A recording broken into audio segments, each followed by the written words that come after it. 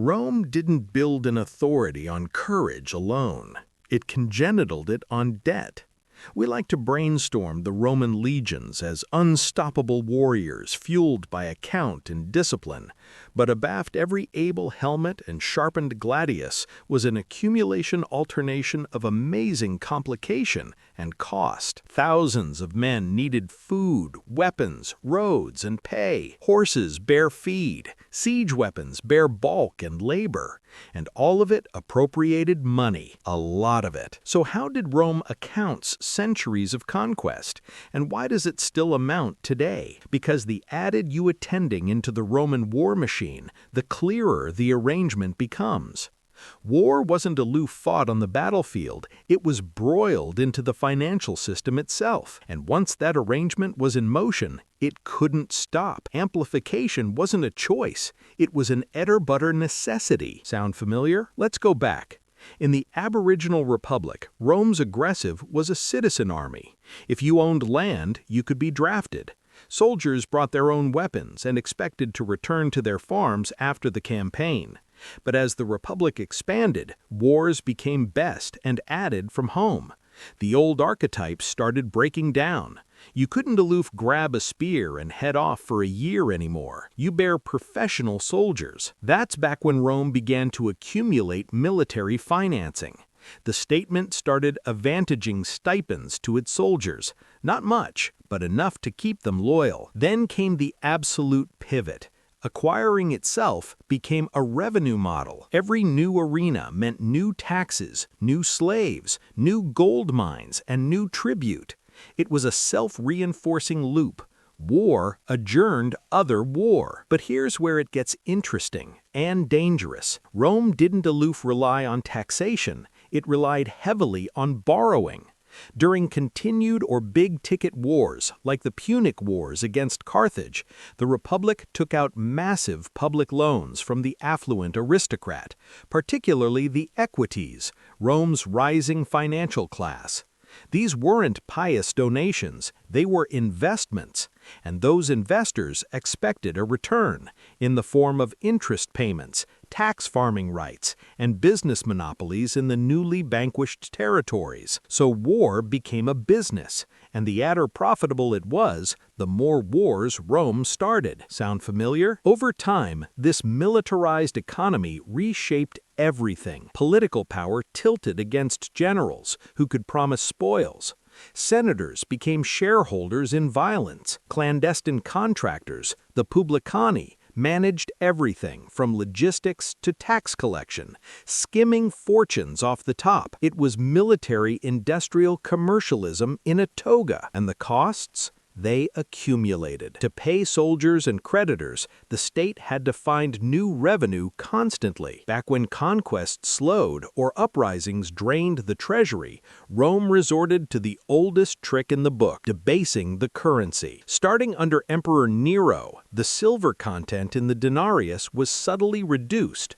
Over the next 2 centuries, emperors kept diluting it, turning what was once a reliable silver coin into a thin promise backed by nothing. Inflation followed, confidence eroded, and by the 3rd century, Rome's monetary system was in free fall. Meanwhile, the rich got richer. Senators and equites sheltered their wealth in land, slaves, and offshore accounts. The poor paid taxes in debased currency, while the elite secured tax exemptions and inside deals. Public service collapsed, corruption soared, and the financial burden of endless wars fell squarely on the lower classes through inflation, labor levies, and military conscription. This wasn't just a military collapse, it was a financial one. Now pause and look around today. Governments running massive deficits, wars funded through borrowing, central banks subtly debasing currency to under the shortfall.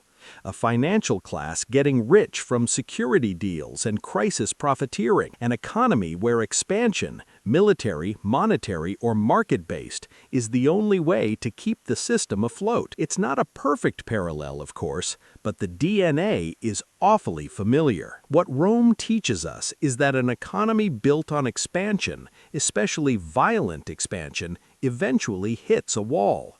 You run out of land to conquer, resources to extract, or enemies to fight. And when that happens, the whole system turns inward. The debt remains, the expectations remain, but the revenue dries up. That's when the state starts squeezing its own people. Rome turned to added taxation, more currency debasement, more control. Bread and circuses to keep the masses quiet, while the elite fortified their villas. Sound familiar? Today, we don't call it tribute. We call it taxation, quantitative easing, or monetary policy. But the mechanics are eerily similar. Central banks print money. Governments spend more than they earn. The rich buy assets. The poor buy convent with shrinking paychecks. Wars are still financed through borrowing. The U.S. spent over $2 trillion on the war in Afghanistan, most of it funded by debt. Who gets the contracts? Who earns the interest? Who ends up hoisting the bill through inflation, reduced services, and unstable currencies? You already know the answer. And like in Rome, the cycle feeds itself. Once debt becomes your default, you don't need an emergency to print money. You just need to avoid collapse. You normalize the exception, and the longer it goes on, the more you have to pretend it's fine. Until it's not. That's what makes economic history so important. These aren't just dusty stories, they're warning signs. When we look at Rome, we see a state that outsourced too much power to private finance, became addicted to expansion, hollowed out its currency, and crushed its own citizens under the weight of unsustainable obligations. Not because it was evil, but because the system had no off switch. Today, we're living in a different empire, digital, global, and powered by virtual flows instead of legions. But the game is still the same. Money and power move together. War is still profitable. Inflation still punishes the weak. And financial illusions still work until they don't. So what can you do? Start by seeing the pattern. Because most people don't. Most people think inflation is random, that taxes are just necessary, that debt is freedom, that growth can go on forever. But the Stoics had a word for that: delusion. You can't opt out of the system entirely, but you can understand it. You can stop playing the game blindly. You can build your own resilience, not just with money, but with mindset. That means studying financial history, not just personal finance. That means watching for signs of systemic stress, not just market hype. That means asking, who profits when I stay confused? Because you weren't supposed to know this. You weren't supposed to ask how Rome paid for its wars, or how the modern state does it now. You were supposed to focus on the circus, the headlines, the GDP, the distractions, not the mechanisms, not the incentives. But now you know, and once you know, you can't unsee it. Financial education isn't just about budgets and investing. It's about understanding power, understanding systems, and seeing through the illusion of stability. So the next time you hear about a new conflict, a new stimulus, a new crisis, don't just watch. Follow the money. Ask who lends, who earns, and who pays in the end. Because if history teaches us anything, it's this: empires don't fall when the enemy breaches the gate. They fall when the math stops working and no one dares to fix it. If this gave you a new perspective, hit subscribe. History has the answers. I'll show you where to look.